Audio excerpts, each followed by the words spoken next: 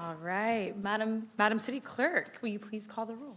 Oh, thank you for your patience. I'm new to this. We will now call to order the 1 p.m. meeting of the Housing Authority Special Meeting on Tuesday, February 13th. Thank you, Vice Mayor. And as you know, the Housing Authority sits concurrently with the City Council. Councilmember Kaplan. Here. Mayor Pro Tem Talamontes. Here. Councilmember Valenzuela. Here. Councilmember Guerra. Here. Councilmember Jennings. I am here, Madam Clerk. Councilmember Vang. I'm here. We expect the mayor momentarily. Vice Mayor Maple. I am here.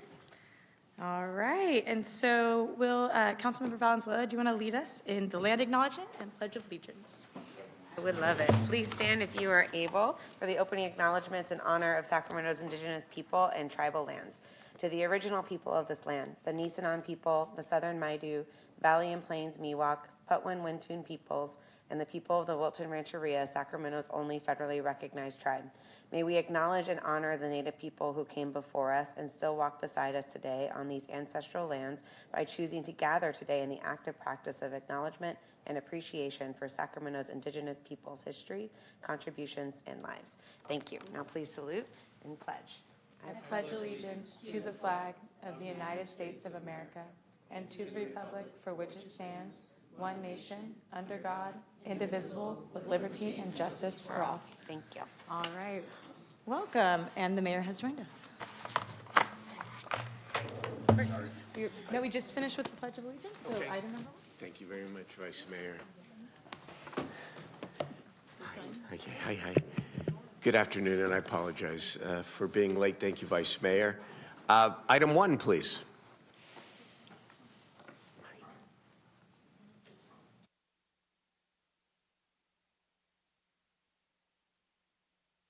Is there a PowerPoint?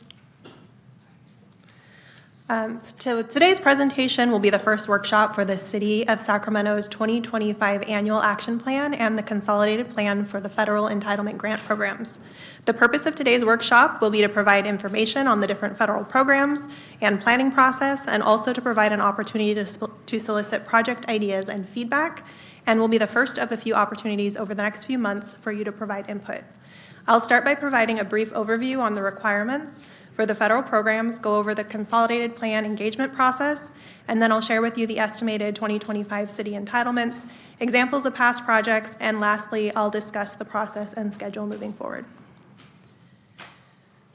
As a high-level overview, SHRA has been delegated authority by the City Council to administer formula program grants received from HUD on their behalf. These grants include Community Development Block Grant, or CDBG, Home Investment Partnership Program, or HOME, Emergency Solutions Block Grant, ESG, and Housing Opportunities for Persons with AIDS, or HOPWA.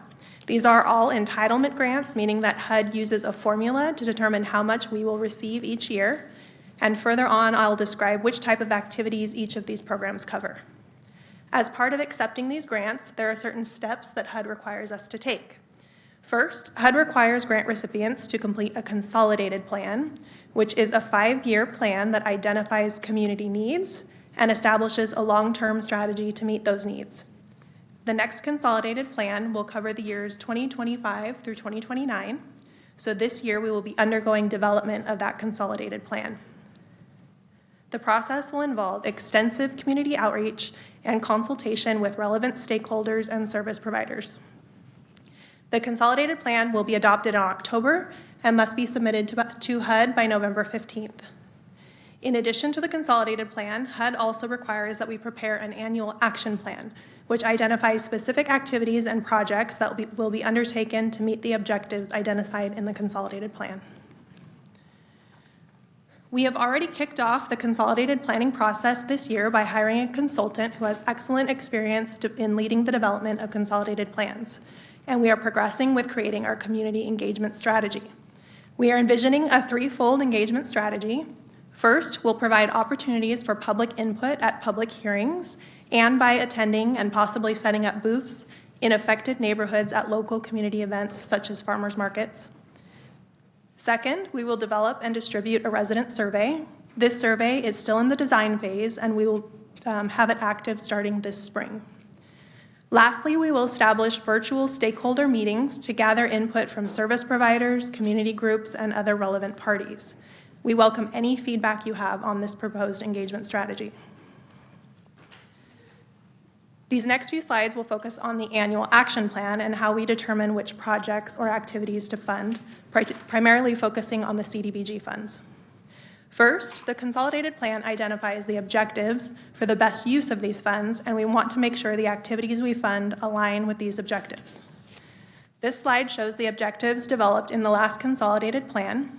Overall, they are to help create ladders of opportunity for low and moderate income residents through 3 different avenues: affordable housing, public facilities and infrastructure, as well as public services.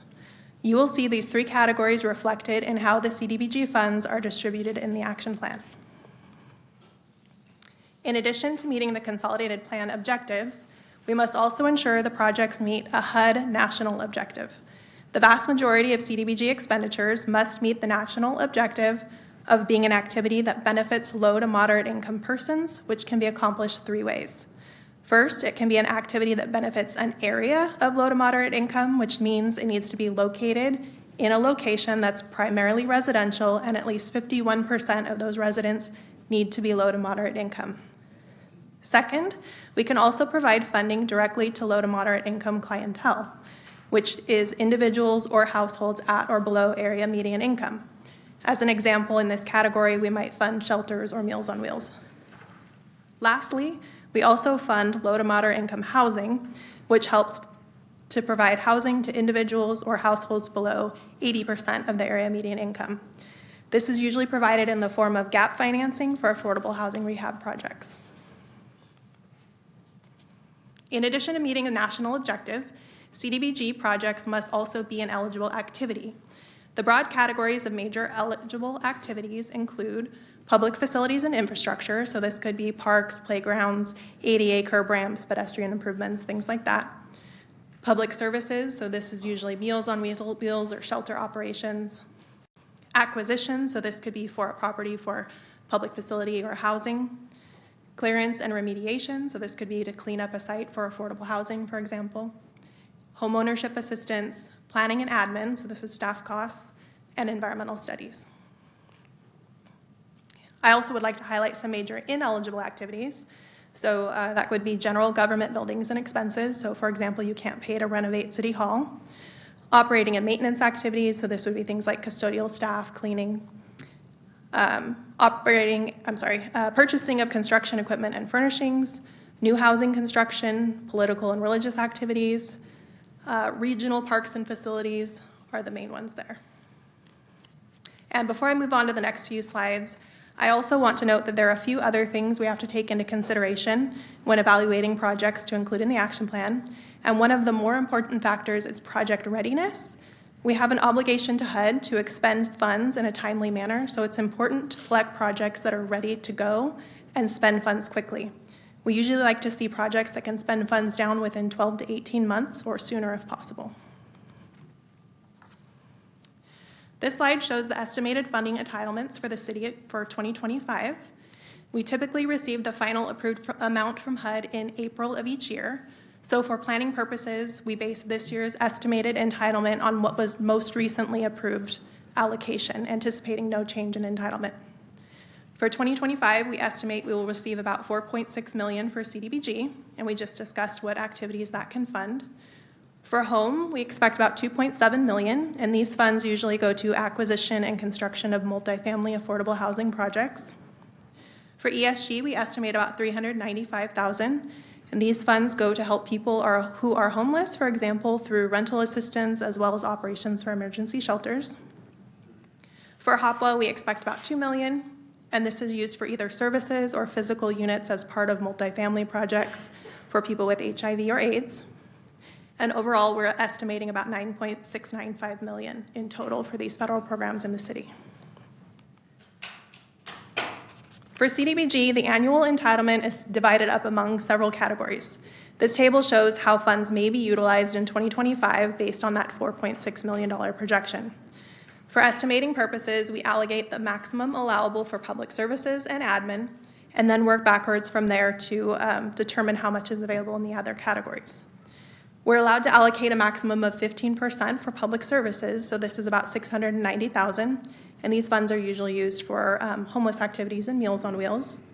A maximum of 20% is used for planning and admin, so this is about $920,000, and this is used for staffing and admin fees as well as development of our consolidated plan. $722,000 will be going to the HUD loan repayment, and this is for a Section 108 loan for the infrastructure at Marisol Village. And then about $1 million will be available for public facilities and infrastructure. And then a little over $1.1 million for affordable housing, and this is for multifamily rehab and home repairs for low and moderate income homeowners. And the last category is capital reserve, which is a contingency bucket, and for this we reserved about $128,000. And this slide, it's a little small, but these next few slides will show what public facility and infrastructure projects have been funded in each district for the current consolidated plan period from 2020 through 2024. The columns identify the project, the years the projects were funded, as well as the amount, and then you'll see the total funded in each district. I won't read through each individual project, but as you can see, this represents a quite breadth of investments, of infrastructure projects and types of projects that we typically fund.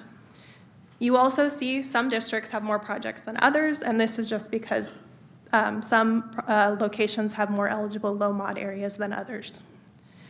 The first slide shows districts 1 through 3, and in these districts we funded several park improvement projects, as well as some street and safety improvements and studies and planning activities. This slide shows projects approved in districts 4 and 5, which again included several parks, sport court improvements, an ADA restroom, street improvements, and a lighting study. You can see that some projects span multiple districts. For example, Broadway Complete Streets is located in both districts 4 and 7. And here, this slide includes districts 6 through 8, which includes mainly street and park improvements. So overall, we invested over $9.9 million in CDBG funds towards infrastructure improvements over the last consolidated planning period. This final slide outlines the process moving forward to complete the consolidated plan, as well as identify projects for the 2025 annual action plan. This month, SHRA has already initiated the process with city staff to start thinking about the projects for next year. We're also holding our first action plan workshops at the Commission and City Council, which is this meeting today. In February through May, we will be meeting with city staff to identify projects and confirm if they're eligible. And during this time, we will also start hosting our consolidated plan workshops with stakeholders and begin our public engagement process. In June, we should have a draft list of projects for 2025 identified, and we'll head back to the Commission and City Council with that draft list. And we will also hold our first public hearing for the consolidated plan. June through August, we'll continue meeting with staff as needed to finalize projects, and we'll also continue with the consolidated plan workshops and community outreach. Then in August, we should have started circulating that draft consolidated plan, and we'll hold our second consolidated plan public hearing.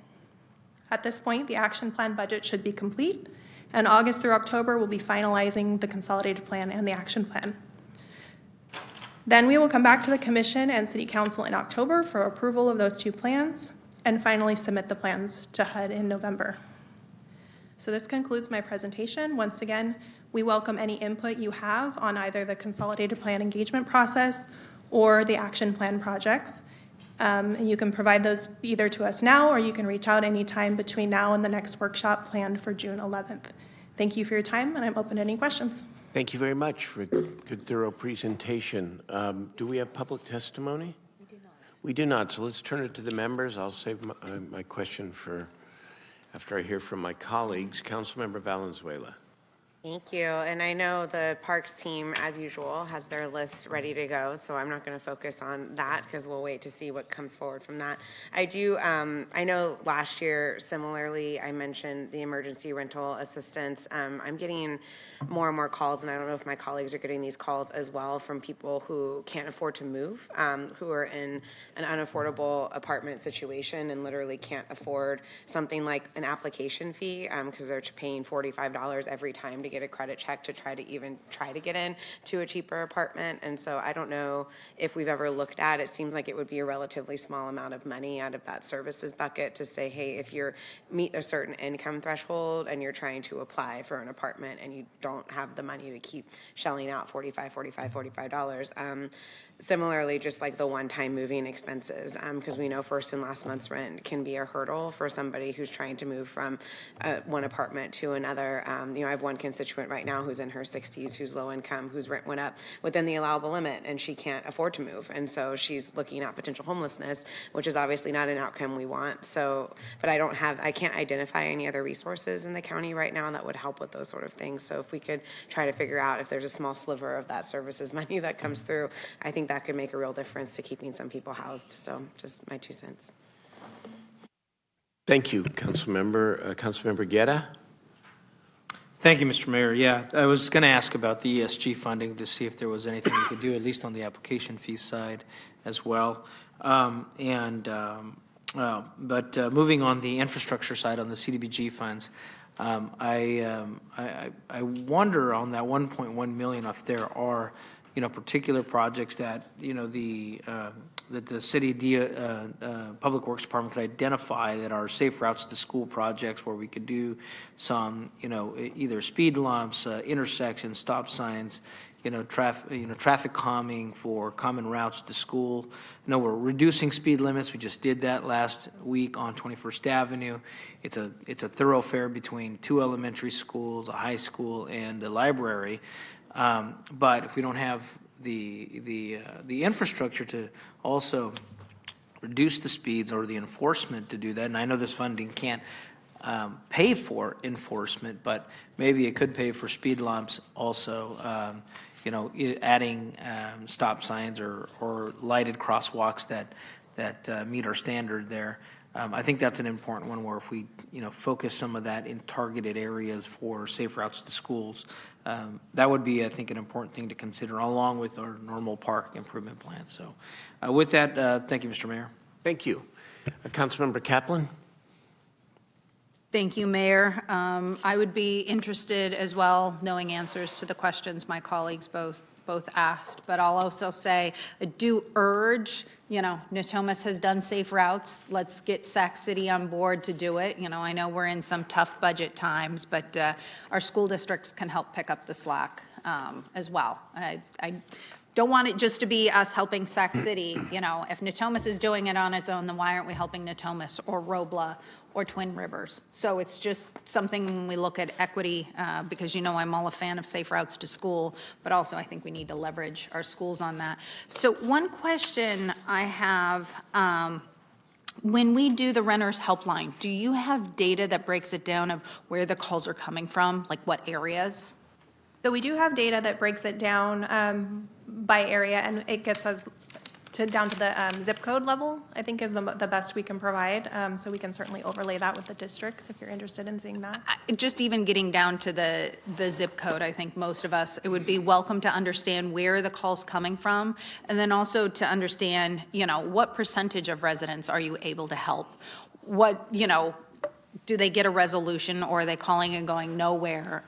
Because as like Councilmember Valenzuela said, I think we need to look at how do we prevent homelessness, and those already in housing, are there things out there that we could look alternatively on how to spend the funds? And then Mayor, wearing your D2 hat, Yes. I hope we can partner because part of my community is Robla. Robla, sure. And the Robla Community Park has been asking for a restroom for 20 years. Remember when we went out there and looked at it? 20 years they've been asking, and that benefits both D1 and D2, that I am fully supportive. I don't want anything for D1. Whatever you were going to potentially allocate to my district needs to go towards actually constructing restrooms in that community park, because it is a community park. And in this city, we say they have restrooms. Neighborhood parks, no. Community parks, yes. And it's been 20 years. D2 needs to see the equity. It's used by my residents as well as D2, and so I want to advocate highly that is funded, because you already did the design, it's ready to go. So I would just like to see us funding the construction of those restrooms. Thank you. Thank you. I join you in that. Just considering all of the other all the other needs and choices, but I think it's definitely worthy. Okay, Councilmember Jennings and Vice Mayor Maple. Thank you, Mayor. Just a quick question and then a comment. The $9,695,000, you may have already answered this, and I just didn't hear it. Increase or decrease from last year?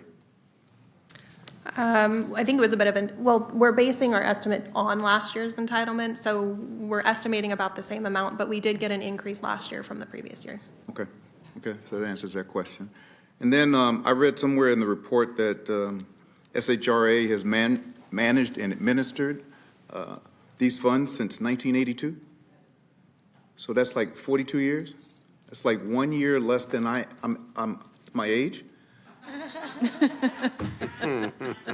So 42, that's incredible. And I just wanted to acknowledge you and the staff for the great work in administering these funds for 42 years. So congratulations. Thank you.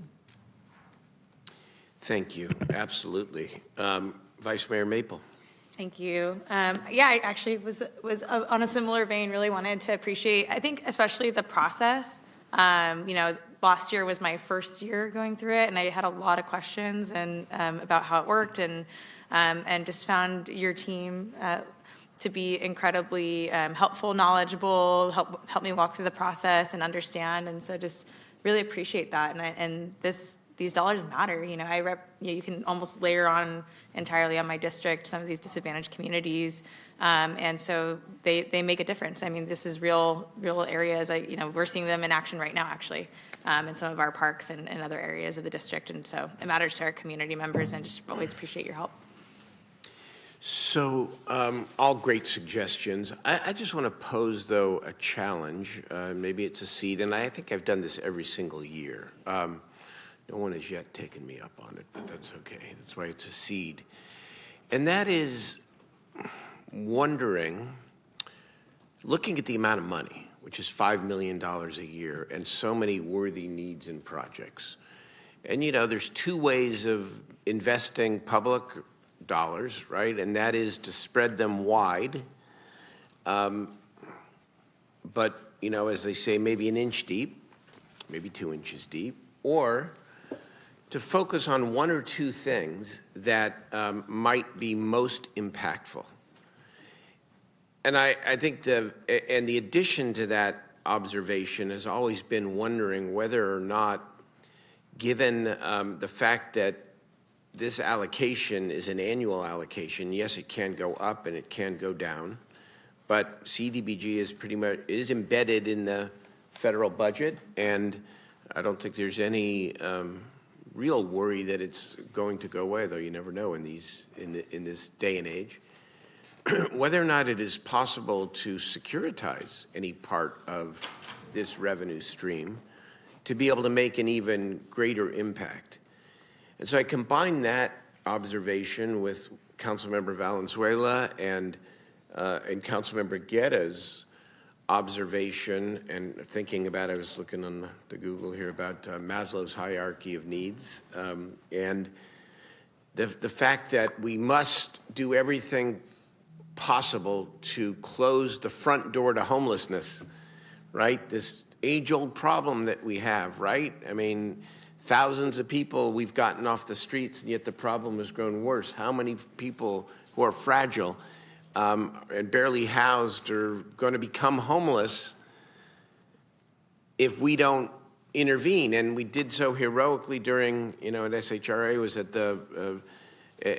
on point on this, right, with the rental assistance funds through the ARPA funding, and we know that ran out. Well, should we be considering, in this environment, using these dollars for one thing and one thing only, namely keeping people housed? I just want to put it out there because, and I know this might require some soul searching from members, right, in your districts, and even me, right, who wants to see more citywide projects, to say no, for the next couple of years, we want to make sure that we have an ongoing source of funding to be able to help what would add up to, I mean, if you did this, say, over 3 years, $15 million, you'd be talking about thousands of families. I just think that we just need to shake ourselves a little bit, right? This process is a good and great one, and the positive investments are, there would be a loss to not do that. But compared and contrasted with what's happening in our community with people and with families, I just think that ought to be considered as we debate this over the course of the months. We know we're going to be facing difficult budget circumstances here at the city, but can't continue the cycle of fighting like you know what to get people off the streets with all the resources, only to see the next cohort become homeless. So I'll take a motion. Just kidding. Not really. There's no motion yet, but I want that to be presented as some sort of an option, including looking at the possibility of multi-year commitment or some sort of securitization based upon the fact that this is a reliable source of ongoing revenue. And I know one-time money, rental assistance, but if you created another pot and fund, how many families could we prevent going on the street? I'm done with my sermon, my preaching, okay, but amen. Thank you. Okay. Ms. Dozier?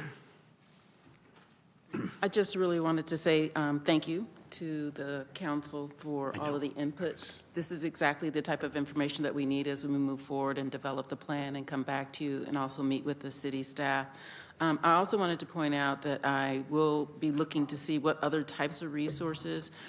There might be some resources that are coming from the state as well as the feds that would address those fees for people who are trying to move from one apartment. And so I appreciate you bringing that up, because if we can't serve it through CDBG, then I will be looking to see what other sources might be available that we can tap to help residents in that respect. And I am starting to see from the federal level that they are trying to really hone in on really assisting and helping with things like security deposit fees, those types of things. So we'll take that information and be bringing it back to you as well. Thank you. All right. That was a good first hearing, and I know we're going to have subsequent hearings on this matter. So thank you very much. Good job. Thank you. All right. Let's see here. I think that ends the formal part of the agenda. We do have council comments, ideas, and questions on in the executive director's report. Nothing? If there's nothing else to come before the Housing Authority, we will meet again at 2 o'clock. Oh, do we have public comment? This is a special meeting. This is a special meeting, so we don't have public comment. We will convene as a city council in a half hour at 2 o'clock for the workshop on the police department. We are adjourned. Thank you.